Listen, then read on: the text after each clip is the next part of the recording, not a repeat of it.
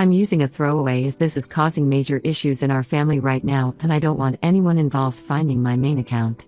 Names changed for privacy. This is a long post but I need to give proper background so everyone understands how we got here. I, 36F, met Penelope in high school when we were both 17. She was already out and proud while I was still deep in the closet, mostly because my family was somewhat traditional. Penelope and I became close friends first, but there was always something more between us. I spent those early years struggling with my identity while watching her live her truth openly. She never pushed me to come out, just supported me through everything. When I finally came out at 21, my family had mixed reactions. Mom was uncomfortable at first but came around eventually.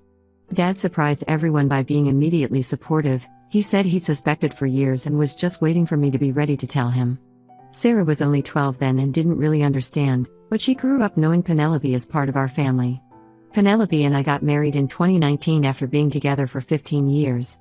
We wanted kids but weren't sure how to go about it until life made that decision for us in the most tragic way. Penelope's best friend Tess became pregnant in 2020. She was single and scared but determined to keep the baby. Penelope supported her through everything, went to every appointment, helped set up the nursery, was even in the delivery room when Jack was born. Tess was an amazing mom to Jack for his first year. What none of us knew was that she had an undiagnosed heart condition. In 2021, she went to sleep one night and never woke up. Penelope was the one who found them, Jack alone in his crib, crying and hungry, and Tess in her bed. I'll never forget her phone call to me that day. She was hysterical, trying to care for Jack while waiting for the paramedics. The image still haunts her. We adopted Jack as Tess had no family able to take him. Her parents had passed away years ago, and her only sister was dealing with addiction issues. We raise him as our own but keep Tess's memory alive. He has photos of her in his room and knows she's his first mommy who lives in heaven now. Now about Sarah and Steve. My sister met him at university 8 years ago. She was 19 and he was 20. From the first time we met him, something felt off. He has this way of making subtle digs at people while maintaining plausible deniability. He'll say something cruel and then claim he's just being honest or that people are too sensitive. For example, at their first family dinner with us, he commented on how Penelope and I wouldn't know what real parenting was like since we couldn't have our own kids. This was before Jack, and we were struggling with fertility decisions at the time. When Penelope got upset, he said he was just stating facts and that we were being oversensitive. My dad can't stand him. There have been countless incidents where Steve has made inappropriate comments about Dad's age or questioned his decisions about retirement. Penelope usually ignores him, but occasionally she'll respond with clever comebacks that make Dad laugh. Like when Steve complained about Dad's new car being too expensive for a retiree, Penelope asked if Steve was worried about his inheritance already. Mom tries to keep the peace by changing the subject whenever Steve starts up. My grandparents hate him too, but they're old school and believe in being polite to guests. Even they have their limits though, especially my granddad who's normally the quietest person I know. Last weekend was rough as it was the anniversary of Tess's death. Penelope, Jack, and I visited her grave on Saturday. Penelope always struggles this time of year, but she tries to stay strong for Jack. She sat by the grave telling Jack stories about his first mom while I watched them from a distance, giving them space. On Sunday, we had our regular family gathering at my parents' house. These happen every few months as a way to keep everyone connected. Usually, they're pleasant enough as long as Steve behaves himself. Penelope was still quiet from the previous day, and my dad noticed. They've always had a special bond. He treats her like another daughter. They went for a walk together, something they often do when either of them needs to talk. Steve apparently took issue with this. He demanded to know why he wasn't invited on their walk, acting like a child excluded from a game. I explained about Tess's anniversary and how Penelope was having a hard time. His response was that she should be over it by now since it had been 3 years. My granddad, who rarely speaks up, said that his best friend had died 20 years ago and he still had days where the loss felt fresh. Steve shut up then, but you could tell he was seething. When Penelope and Dad returned, she seemed better. We all sat down for our late lunch, and things were going fine until Steve tried to insert himself into Penelope's conversation with my granddad about Christmas markets. When they didn't immediately include him in their plans, he exploded.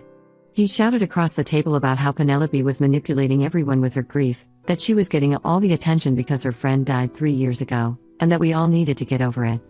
He even threw in a few swear words, which my grandparents hate.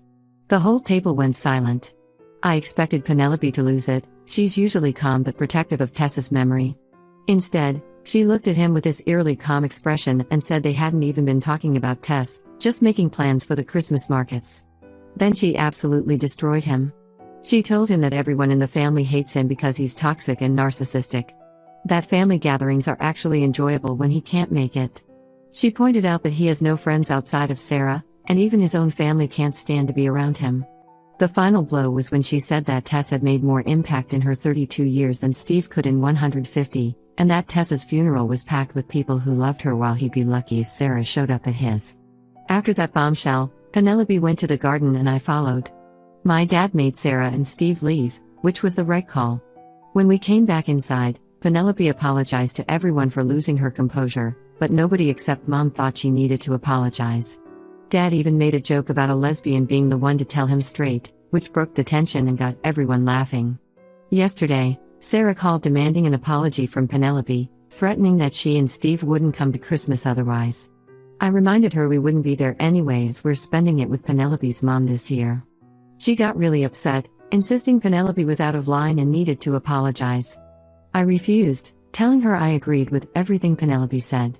Today, Dad called asking if Penelope's mom would mind extra guests for Christmas. Apparently, Sarah had called Mom ranting, and Mom told Dad to make Penelope apologize. They had a huge fight about it, and now Dad's refusing to spend Christmas with Steve, even if it means damaging his relationship with Sarah. My granddad's joining us too. Mom's furious, saying Dad and Penelope are destroying the family. Penelope offered to apologize just to keep peace in the family, but I told her absolutely not. Everything she said was true, and I'm tired of everyone walking on eggshells around Steve just because Sarah loves him.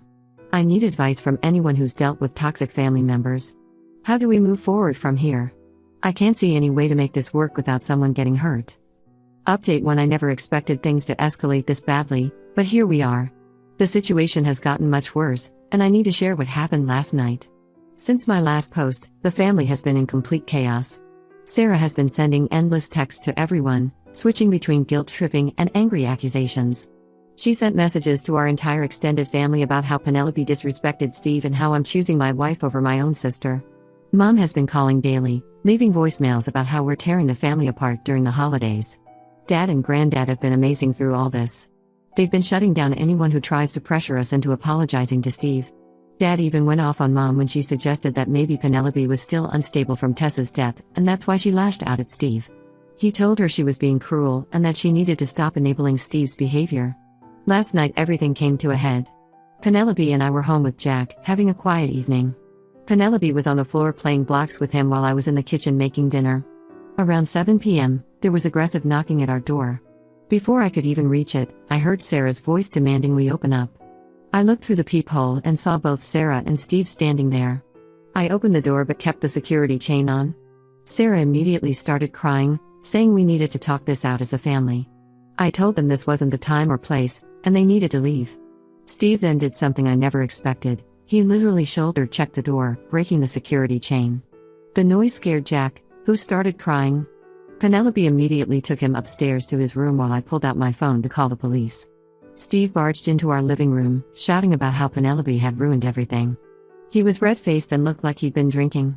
Sarah followed him in, still crying and saying we just needed to talk. I was simultaneously trying to call the police and my dad, who lives just 10 minutes away. Steve started ranting about how Penelope had humiliated him in front of everyone, how she'd turned the family against him, and how we were discriminating against him because he was straight. He threatened to sue us for defamation and said he'd make sure everyone knew what kind of person Penelope really was. The whole time, Sarah just stood there wringing her hands and occasionally saying, "Steve, please calm down," in this weak voice that made me want to shake her.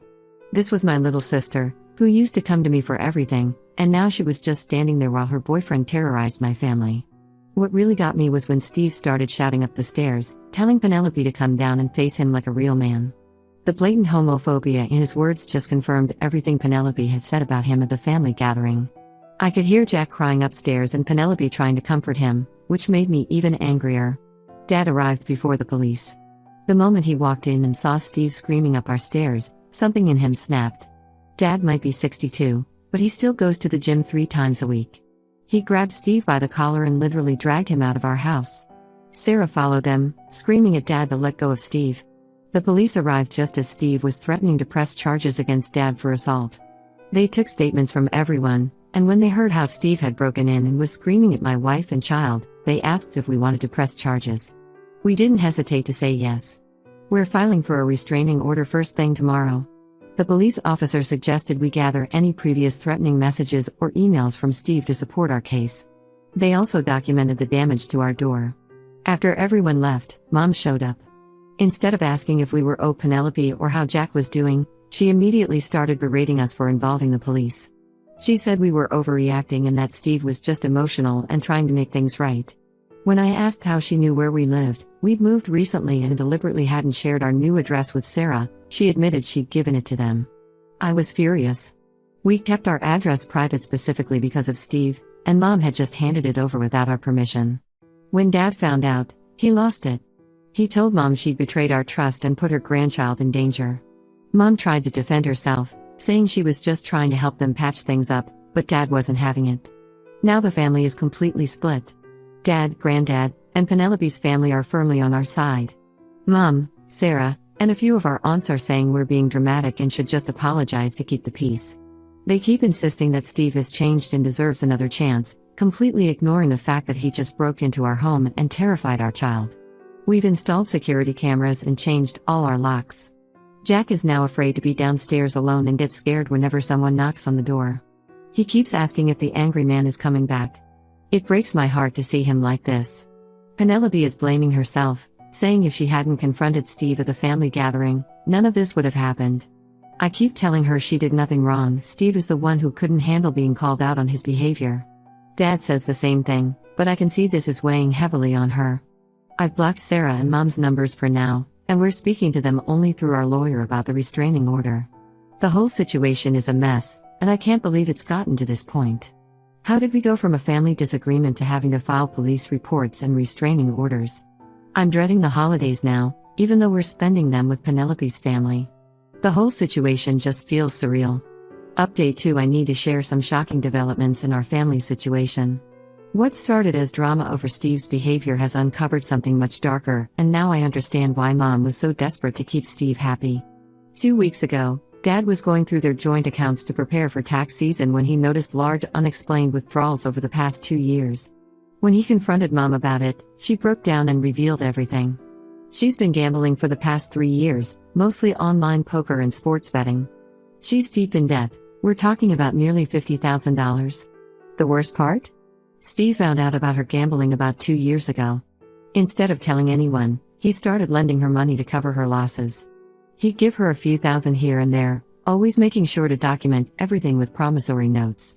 Mom kept accepting his help, thinking she'd win it back eventually.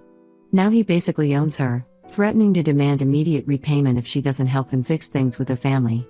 This explains why Mom was so insistent on us apologizing to Steve, why she gave him our new address, and why she's been defending his behavior. She's terrified he'll expose her gambling or demand all the money back at once. Dad is devastated. They've been married for 40 years, and she's been lying to him for years. Sarah found out about this at the same time we did. She came to our house yesterday, alone this time, crying and apologizing. Apparently, she knew Steve was lending Mom money but thought it was for home repairs. She had no idea about the gambling or how Steve was using it as leverage. Finding out that her boyfriend was essentially blackmailing her mother has finally opened her eyes to who he really is. The restraining order was granted last month, but Steve keeps finding ways around it. He creates new email addresses to contact us, uses different phone numbers to call, and even tried to reach Penelope through her work LinkedIn profile. He's gone from demanding an apology to making threats about exposing family secrets. Last week, he started spreading rumors at Penelope's workplace. He contacted several of her colleagues through social media, suggesting that she's mentally unstable because of Tessa's death, and that's why she attacked him at the family gathering. He even implied that we shouldn't have custody of Jack because of Penelope's issues. Thankfully, Penelope's boss is supportive and has documented everything for our lawyer. Dad has moved in with us temporarily. He can't stand being in the house with Mom knowing she's been lying to him for years. He's talking about divorce, something I never thought I'd hear from my parents. The gambling and lies are bad enough, but giving Steve ammunition to use against the family was the final straw for him. Granddad has been our rock through all of this. He comes over almost every day to spend time with Jack, taking him to the park or reading stories. Jack adores him, and it's helping him feel secure again after Steve's break-in. The other day, Granddad got emotional and told me that in all his years, he's never seen someone cause as much damage to a family as Steve has. Mom tried to come by last week to explain herself, but we wouldn't let her in.